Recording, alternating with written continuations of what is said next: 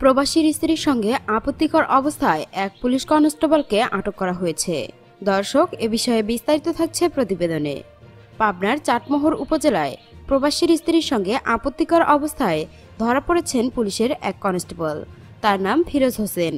সোমবার রাতে পৌর শহরের দোলাং মহল্লা থেকে তাকে হাতে নাতে আটক করেন এলাকাবাসী। রাতেই ওই পুলিশ কনস্টেবলকে পাবনা পুলিশ লাইনে ক্লোজ করা হয়েছে। ফিরোজ হোসেন চাটমোহর থানার পুলিশ কনস্টেবল ছিলেন।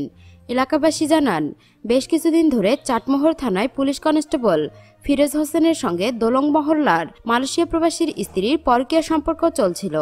সোমবার রাত 8:30টার দিকে ফিরোজ হোসেন গোপনে ওই প্রবাসীর স্ত্রীর ঘরে প্রবেশ করেন। বিষয়টি টের পেয়ে স্থানীয়রা তাদের দুজনকে ঘর থেকে আপত্তিকর অবস্থায় আটক করে পুলিশকে খবর দেন। এদিকে শত শত উৎসুক মানুষ ঘটনাস্থলে ভিড় জমান। খবর পেয়ে সহকারী পুলিশ সুপার চাটমোহর সার্কেল সজীব শাহরিন ও থানার ওসি শেখ নাসির উদ্দিন ঘটনাস্থলে গিয়ে ফিরোজ হোসেনকে উদ্ধার করে থানায় নিয়ে যান।